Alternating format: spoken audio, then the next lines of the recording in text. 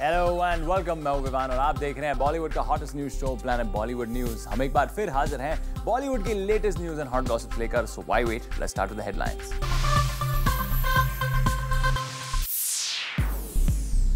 बॉलीवुड के तीनों खान्स में कौन सा है सबसे बड़ा सुपरस्टार? आमिर खान बताएंगे only on planet Bollywood news. Vivek Oberoi ने आखिरकार सलमान खान को कैसे दी मात? किसके डर की वजह से अक्षय ने किए 1 करोड़ रुपए कुर्बान? कबीर खान और सलमान के रिश्ते की सच्चाई खुद कबीर खान बताएंगे ऑन प्लैनेट बॉलीवुड न्यूज। और दिखाएंगे अनुष्का शर्मा का एक्सक्लूसिव इंटरव्यू। बुलेटिन की शुरुआत आज सबसे बड़ी खबर के साथ। आमिर, शाहरुख और सलमान में कौन सा है सबसे बड़ा सुपरस्टार? इसका जवाब ठीक ठीक दे पाना थोड़ा मुश्किल है, लेकिन आमिर खान जानते हैं बॉलीवुड का सबसे बड़ा खान कौन है। आप भी देखिए आमिर के इस कन्फेशन को। I'm number one darling, period. Don't say it and all. तो सबसे फ्रंट पर है आमिर। कोई भी नंबर 1 बॉक्स ऑफिस स्टार है तो वो सलमान है। अब ये डिबेट शायद इंडियन फिल्म इंडस्ट्री में कुछ वक्त तक कभी नहीं छिड़ेगी कि आखिर कौन है बॉलीवुड का सबसे बड़ा स्टार, क्योंकि बॉलीवुड के मिस्टर परफेक्शनिस्ट आमिर खान ने मुंबई के सबसे बड़े न्यूज़पेपर पर दिया है कुछ ये बयान। I personally believe he is much more popular than I am. I am a fan of Salman Khan's. I love watching his movies. इतना ही नहीं, आमिर ने तो ये भी कहा है कि जब वो सलमान की फिल्म देखने जाते हैं तो अपने साथ एक नकली सीटी ले जाते हैं ताकि वो उसे जमकर बजा सकें। I must tell you a secret. I do not know how to whistle, but whenever Salman organizes a trial of his film for me, which he always does, I carry a plastic whistle with me and I bring the house down with my CTs. लेकिन अगर आपको लगता है कि खबर यहीं पर खत्म हो रही है तो जनाब थोड़ा ठहर जाइए, क्योंकि खबर तो अब शुरू हो रही है। क्योंकि इसके बाद जब आमिर से शाहरुख के बारे में पूछा गया तो उन्होंने साफ-साफ कह दिया, I don't know about Shahrukh Khan. I can't compare us. वाह, ये कैसे हो सकता है कि बॉलीवुड के सबसे बड़े मार्केटिंग गुरु को पता ही ना हो कि बॉलीवुड में एक खान शाहरुख खान भी है। I don't know about Shahrukh Khan. I can't compare us. या तो ये आमिर की एक मार्केटिंग स्ट्रेटजी है या फिर वो मीडिया को इंटेंशनली ये बताना चाहते हैं कि अभी भी उनके और शाहरुख के रिश्ते अच्छे नहीं हुए हैं। वजह जो भी हो, लेकिन जिस तरह आमिर ने अपने आप को सलमान का सबसे बड़ा फैन बताया है और शाहरुख के बारे में कोई भी जानकारी होने से साफ इनकार कर दिया है, उससे इतना तो साफ हो गया है कि आमिर जानते हैं कि किसी को दोस्त और किसी को दुश्मन बनाने के लिए मीडिया का इस्तेमाल किस तरह किया जा सकता है। Bureau report, zoom, Mumbai. Actor Vivek Oberoi आज तक सलमान को कभी नहीं बीट कर पाए हैं, लेकिन अब जूम को पता चला है कि विवेक ने प्रोफेशनल लेवल पर ना सही पर्सनल लेवल पर दे दी है सलमान को मात। कैसे? Let's find out. सल्लू हर मामले में विवेक से है एक कदम आगे। बॉलीवुड में फिल्म्स हो या फैंस, सलमान के आगे विवेक कहीं नजर नहीं आते। लेकिन अब एक मामले में विवेक ने सलमान को कर दिया है बीट। सल्लू इस मामले में रह गए हैं विवेक से काफी पीछे। है ना सरप्राइजिंग खबर, पर यह सच है कि विवेक ने सलमान को दे दी है मात। लेकिन विवेक ने सलमान को प्रोफेशनल नहीं पर्सनल लाइफ में बीट किया है। According to sources, supposedly Vivek's wife is pregnant. हमने कॉन्फर्मेशन के लिए विवेक को डायरेक्टली SMS भी किया, पर ना विवेक ने ना उनके पब्लिसिस्ट ने कमेंट किया इस बात पर। While we wonder why no one is saying anything, लेकिन अगर ये बात सच है तो हम विवेक को कांग्रेचुलेट करना चाहेंगे। और विवेक, इस खुशी के मौके पर आप कम से कम सलमान को ये तो कह ही सकते हैं कि प्रोफेशनल लाइफ में ना सही, एटलीस्ट पर्सनल लाइफ में मैंने आपको बीट कर दिया। वैसे सल्लू अभी भी बॉलीवुड के मोस्ट डिजायरेबल बैचलर है, लेकिन बच्चों के लिए उनका प्यार जग जाहिर है। रिसेंटली जूम के साथ दुबई में एक्सक्लूसिवली बात करते हुए सलमान ने कहा था कि भले ही वो बॉयफ्रेंड या हस्बैंड मटेरियल नहीं, पर वो 100% फादर मटेरियल है। You've said you're not a boyfriend material, you're not husband material, so father material, are you? 100%, 100%, 100%. यही नहीं, खुद को 100% फादर मटेरियल बताने वाले सलमान बच्चे अडॉप्ट नहीं करना चाहते, बल्कि उन्हें चाहिए अपने बच्चे। Yeah, but later. First I'm gonna have my own. First I'm gonna have my own. First I'm gonna have my own. बच्चों से बहुत प्यार करने वाले सलमान खान को इस डैड बनने की रेस में विवेक ने पीछे छोड़ दिया और सलमान 100% फादर मटेरियल आप तभी बनेंगे जब आपको डैड बुलाने वाला इस दुनिया में कोई आ जाए। For Rudrani Chattoraj, Zoom, Mumbai. अक्षय कुमार को अपने फिल्म्स में कई बार विलेंस की खटिया खड़ी करते हुए आपने देखा होगा, लेकिन क्या आपको पता है कि रियल लाइफ में अक्षय को भी लगता है किसी से डर? किससे डर लगता है अकी को? Let's find out. Film rowdy Rathore के दौरान एंग्री मैन के लुक में नजर आए अक्षय को भी लगता है किसी से डर, और डर भी इतना ज्यादा कि अक्षय ने पूरे 1 करोड़ रुपए कुर्बान कर दिए इस डर के आगे। अब आप सोच रहे होंगे किससे डर गए बॉलीवुड के एक्शन के? तो दरअसल बात ये थी कि जन्माष्टमी के दही हंडी फंक्शन के लिए अक्षय कुमार को कई जगहों से इनविटेशन आए थे, और इन इनविटेशंस के साथ अक्षय को ऑफर किए गए थे पूरे 1 करोड़ रुपए। सोर्सेज की माने तो अक्षय इस फंक्शन के लिए हामी भर सकते थे, क्योंकि कुछ मिनट्स के लिए उन्हें मिल रहे थे पूरे 1 करोड़ रुपए। लेकिन अक्षय ने इस इनविटेशन को इनकार कर दिया और एक दूसरी दही हंडी फंक्शन पर पहुंच गए, जहां अक्षय को कोई अमाउंट ऑफर नहीं की गई थी। सोर्सेज का कहना है कि अक्षय जिस दही हंडी फंक्शन पर पहुंचे थे उसे किसी पावरफुल पॉलिटिशियन ने ऑर्गेनाइज करवाया था, और अक्षय नहीं चाहते थे कि इस पॉलिटिशियन को नाराज किया जाए, और इसीलिए उन्होंने 1 करोड़ रुपए की भी परवाह नहीं की। वैसे अक्षय के इस दही हंडी इवेंट पर जब हमने ऑर्गेनाइजर से इस बारे में पूछा तो इसे उन्होंने अक्षय के प्यार का नाम दे दिया। वो प्यार है।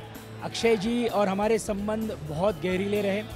हमेशा जब जब उनको मदद लगी हम उनके लिए आए, हमको मदद लगी वो आए। हो सकता है अक्षय का प्यार उन्हें यहाँ खींच लाया हो, लेकिन 1 करोड़ रुपए से ज्यादा के प्यार के पीछे क्या वजह हो सकती है आप खुद ही समझ सकते हैं। वैसे कल मुंबई में दही हंडी फंक्शन जोरों शोरों से मनाया गया। बॉलीवुड से अक्षय के साथ साथ ऋतिक रोशन भी दही हंडी फंक्शन पर पहुंचे, और यहाँ ऋतिक ने गोविंदाओं के साथ मटकी भी फोड़ी।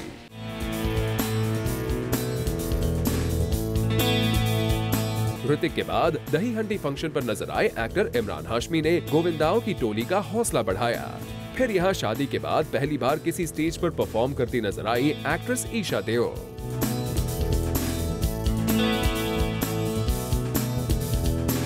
तो कुछ इस तरह से बॉलीवुड ने जमकर जन्माष्टमी के अवसर पर दही हंडी फंक्शन को एंजॉय किया।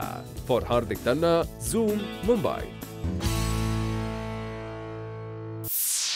कबीर खान और सलमान के बीच प्रॉब्लम्स की खबरें पिछले काफी समय से आ रही हैं, लेकिन क्या इन प्रॉब्लम्स की खबरों में कोई सच्चाई है या फिर ये सारी खबरें हैं एक प्रमोशनल ड्रामा? सुनिए खुद कबीर खान से। कबीर खान और सलमान खान में चल रही है problems. Adi or what's the take? Not Karan. Kabir. एक था टाइगर को लेकर सलमान और कबीर में आ गई है creative differences. When asked if working with Salman was easy, Kabir said frankly that most of the times the actor and he had creative differences. Sometimes things even went too severe. यहाँ तक कि film promotions के दौरान इन दोनों को एक साथ कहीं भी स्पॉट नहीं किया गया। पिछले कुछ दिनों से चले आ रहे इन इंसिडेंट्स के बाद सभी यही सवाल पूछ रहे हैं कि कब कबीर और सलमान एक साथ आकर करेंगे फिल्म का प्रमोशन। लेकिन रिलीज से ठीक पहले Zoom के साथ एक्सक्लूसिव बात करते हुए कबीर ने इन सारी खबरों को बता दिया गलत। कबीर की माने तो सलमान ने फिल्म एक था टाइगर हिट होने से पहले ही उनके ऊपर गिफ्ट्स की बरसात कर दी है। Salman is a very generous person. He has already given me a lot of gifts. Well, सिर्फ यही नहीं, कबीर की माने तो फिल्म शूटिंग के दौरान कबीर, सलमान और कटरीना आयरलैंड के पब्स में पार्टी करने भी जाते थे। Though due to his illness, Salman was the only one not drinking. Some of the pubs are like 500 years old. 600 years old. So just to go to these pubs, the ambience, we used to enjoy the music. You know, Ireland has a huge musical culture, elements of which we've included in Banjara. So yeah, we would have a great time after pack up. You know, just going to these pubs or going to the areas of walking around. It's a lovely small town along the river, and we had a lot of fun there. Well, Kabir, आपकी इन बातों से तो यही लगता है कि अभी भी सलमान और आप अच्छे फ्रेंड्स हैं, लेकिन रिसेंटली न्यूज़पेपर्स में आए आपके बयान किसी और ही तरफ इशारा करते हैं। कहीं ये केवल एक था टाइगर को प्रमोट करने के लिए सल्लू का कोई प्रमोशनल फंडा तो नहीं था? जो भी हो, अब आपने Zoom के कैमरा पर इन क्लैशेस की खबरों को झुठला दिया है, एंड वी होप आप दोनों के बीच हमेशा सब कुछ ठीक रहे। For Rudrani Chattoraj, Zoom, Mumbai.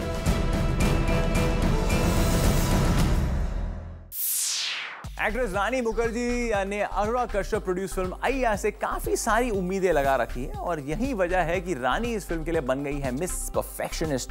लेकिन रानी का परफेक्शन प्रोड्यूसर्स के लिए साबित हो रहा है काफी महंगा। कैसे? फाइंड आउट ना नेक्स्ट स्टोरी। रानी मुखर्जी के एक दिन के मेकअप की कीमत है पूरे 10 लाख रुपए।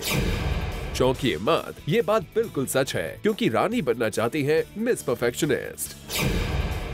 जी हाँ, रिसेंटली फिल्म अय्या की शूटिंग के दौरान रानी को एक सॉन्ग शूट करना था और रानी ने इस सॉन्ग के लिए काफी तैयारी भी कर रखी थी। लेकिन सॉन्ग शूटिंग के लिए रानी को अपना मेकअप और हेयर स्टाइल पसंद नहीं आ रहा था और उन्होंने फिल्म के मेकर्स को साफ कर दिया कि जब तक उन्हें डिजायर्ड लुक नहीं मिल जाता वो इस सॉन्ग की शूटिंग नहीं करेंगी। फिर क्या था, फिल्म के मेकर्स ने हेयर और मेकअप आर्टिस्ट की एक फौज रानी के लिए खड़ी कर दी। सोर्सेज की माने तो रानी ने फिल्म अय्या में अपने लुक के लिए काफी रिसर्च किया था, यहाँ तक कि रानी ने हेयर और मेकअप आर्टिस्ट के साथ मीटिंग भी की थी। लेकिन इतनी तैयारियों के बावजूद रानी अपने लुक से खुश नहीं थी। फिल्म में रानी का हेयर स्टाइल कर रहे हेयर स्टाइलिस्ट अनु कौशिक का कहना है, Rani wanted to look perfect. We changed the makeup and hair 8 to 10 times. Well, Rani ऐसा भी क्या परफेक्शन। आप शायद भूल रही है कि अय्या कोई यशराज की बिग बजट फिल्म नहीं बल्कि अनुराग काश्यप की फिल्म है, जो अपनी पूरी फिल्म को कुछ करोड़ रुपए में शूट कर लेते हैं। और आप अगर केवल 10 लाख रुपए अपने मेकअप और हेयर पर खर्च कर देंगी तो अनुराग का तो भगवान ही मालिक है। वैसे कहा जा रहा है रानी ने अय्या को लेकर काफी सारी उम्मीदें लगा रखी हैं और यही वजह है कि वो फिल्म के साथ कोई चांस नहीं लेना चाहती। वेल, जो भी हो, वी होप अनुराग ने रानी के परफेक्शन पर जो भी पैसे खर्च किए हैं वो बॉक्स ऑफिस कलेक्शन से उन्हें वापस मिल जाए। Bureau report, zoom, Mumbai. Anurag Kashyap की first commercial film gangs of Wasseypur के दोनों पार्ट्स रिलीज हो चुके हैं। लेकिन क्या आपको पता है कि अनुराग इस फिल्म को 3 पार्ट्स में रिलीज करना चाहते थे, लेकिन अनुराग के प्लान्स को प्रोड्यूसर्स ने मानने से इनकार कर दिया। क्या थी इसकी वजह? Let's find out. बदला, बदला, बदला। बदले की आग में पूरा वसेपुर जला। कुछ ऑडियंस भी जली, कुछ का खून खौला, तो किसी को थिएटर के एसी में ठंड पड़ गई। लेकिन बहुत कम लोग ये जानते होंगे कि गैंग्स ऑफ वसेपुर की कहानी 2 नहीं बल्कि 3 कड़ियों में दिखाई जाने वाली थी। यानी जो फिल्म ऑलरेडी इतनी लंबी है वो और भी लंबी हो सकती थी। सोर्सेज की माने तो इस फिल्म को गॉडफादर की तरह ट्रिलॉजी में बनाया जाना था। देसी माफिया को दिखाती ये फिल्म गॉडफादर की तरह माफिया को कैप्चर करना चाहती थी 3 भागों में। ये भी सुनने में आया है कि इस फिल्म का 8 घंटे का फुटेज शूट हुआ था, लेकिन फिर शायद मेकर्स को लगा कि फिल्म काफी स्ट्रेच हो जाएगी, इसी वजह से इसे 2 भागों में बांट दिया गया। लेकिन जिन्होंने भी ये 2 भाग देखे उनमें से मैक्सिमम लोगों का कहना है कि फिल्म ऑलरेडी काफी ड्रैग थी। अब भाई, जब दादा, भाई और बाप इतने सारे लोगों का बदला लिया जाएगा तो पिक्चर लंबी तो होनी ही थी। खैर, इसे ट्रिलॉजी बनाने के प्लान को ठंडे बस्ते में ही डालना पड़ा। अब ये सुन वो लोग तो दुखी होंगे ही जो गैंग्स ऑफ वसेपुर के फैंस हैं, मगर शायद वो राहत की सांस लें जो ऑलरेडी काफी सारे बदले फर्स्ट एंड सेकंड पार्ट में देख चुके हैं। For Kunal Mandekar, zoom, Mumbai.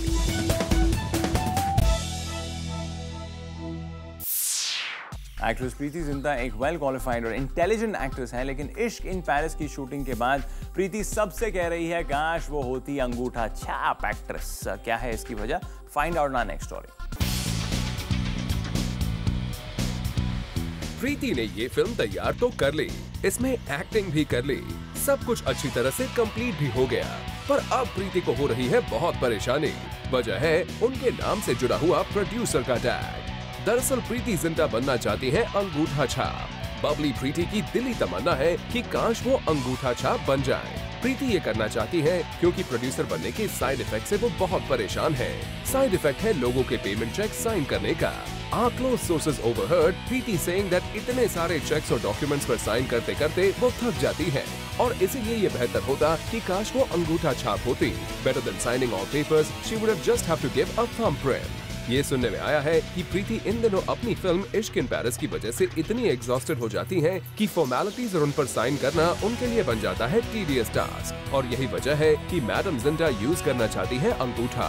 बतौर प्रोड्यूसर आप जब नोट छापेंगी तो उसे गिनने के लिए भले ही अंगूठा छाप बन जाइए, मगर अभी तो फिलहाल आपको सिग्नेचर से ही काम चलाना पड़ेगा और जरा शिद्दत से अपने रोल को निभाइए तो ही अच्छा है, वरना कहीं ऐसा ना हो जाए कि आपका ऑटोग्राफ लेने वाले फैंस आपकी सिग्नेचर तो दूर अंगूठे का निशान तक ना मांगे।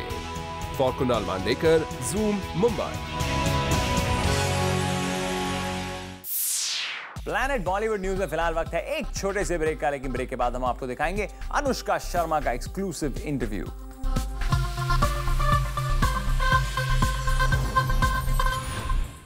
Actress Anushka Sharma back to back दो बड़े बॉलीवुड खान शाहरुख और आमिर के साथ वर्क कर रही हैं और जूम के साथ एक्सक्लूसिवली बात करते हुए अनुष्का ने रिवील किया कैसे उन्हें मिली ये दो films. Our guest for tonight is someone whose journey so far has been a classic example of an aspiring girl who becomes an inspiring girl. Anushka Sharma, welcome on Zoom. Thank you. We are in this industry where endorsing brands are important and then working with Khans is important. And Anushka Sharma, right now, you're not only like you have this Yash Raj movie opposite Shah Rukh Khan, and then you have Rajkumar Hirani movie opposite Amir Khan, then you have Anurag Kashyap with Ranbir Kapoor. Like you've got the actors and the directors and the brands. So do you like pinch yourself? My God, how did I get so lucky? Yeah, I'm very happy. You know, I'm just happy that I'm getting to work with good directors. I think that's always been the lalach of wanting to work with the best directors in the industry. And I'm really happy that right after Band Baja Barat, I got to sign films with 3 of them. And I'm in a good place right now. Working hard, and what's actually really nice is that they all make very different films. Rajkumar Hirani, Vishal Bhardwaj, Yash Chopra, and for them to take me in their films and visualize me so differently in each film, I think that's something that I'm most excited about. That I get to look different, be different, perform differently because of 3 directors who are so different with their vision and the kind of films that they make. So it's an exciting phase. Like you said, you know, I'm getting to do different roles and look differently. You know, many people, trade analysts out there, they are believing like after Madhuri Dixit, there was this place at like we have people on top, but there's nobody who's ruling the industry like she did. And they are betting their money on you because you're not only good looking or you're a good dancer, but you can actually act. You can play a small town girl to a New Yorker girl with the same ease. What do you have to say about it? That's a huge claim that you're making there. Madhuri Dixit she's a legend. I think you know every time is different in the industry. You know, I think today we're just very happy to be doing films as you know the younger breed of actors. We are in a good space. We're in a good time where realistic films are being made, and when I say realistic, what I mean is that films that people can relate to. I don't mean like realistic as in like gritty or edgy. I just mean like films that one can relate to, like for example a film like Band Baja Barat. So I'm just happy to be a part of cinema now, and I'm happy that I'm getting to work with good people, and it's not about becoming anything. It's not about I think success for me is just being able to work with the people that I want to work with and have my work appreciated by the audience. And as long as I'm achieving that, I think I'm finding myself and I feel quite successful. Of course you are. And recently we met Shah Rukh. He said that on the sets of the movie that you're doing, he took acting tips from you, which left us quite intrigued. No, he's too sweet. He's too kind. I think he's just joking with you. That didn't happen. Okay, now last question for the interview. It comes from our social networking sites, comes from the fans. Recently we saw a very cute, playful picture of yours, very candid, where you were sitting and Ranbir was there, you were just throwing a scarf at him. So everybody's asking, what was the joke all about? I was just trying to promote the film by throwing that scarf because it had Gangs of Wasseypur written on it. I was just promoting the film. So both of us were just promoting the film. That's okay. Thank you, Anushka. Thank you so much for talking with us. Thank you. Planet Bollywood news में फिलहाल वक्त है एक और छोटे से break का, लेकिन आप कहीं मत जाइएगा क्योंकि ब्रेक के बाद भी बहुत कुछ बाकी है। So stay with us.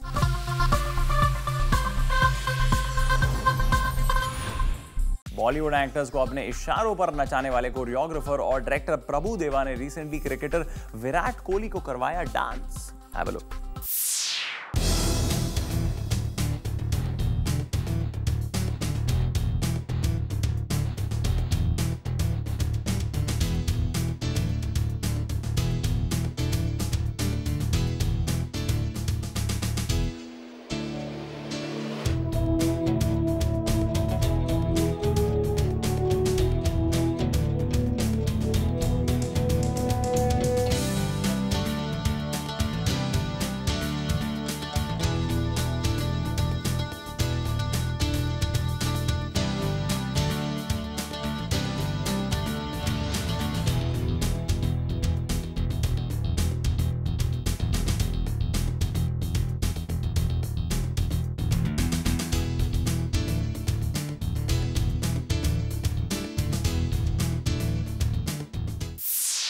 With this, it's a wrap. Planet Bollywood news में कल हम फिर लौटेंगे लेकर बॉलीवुड की और भी latest news and gossip. Till then, keep watching Zoom, India's #1 Bollywood channel.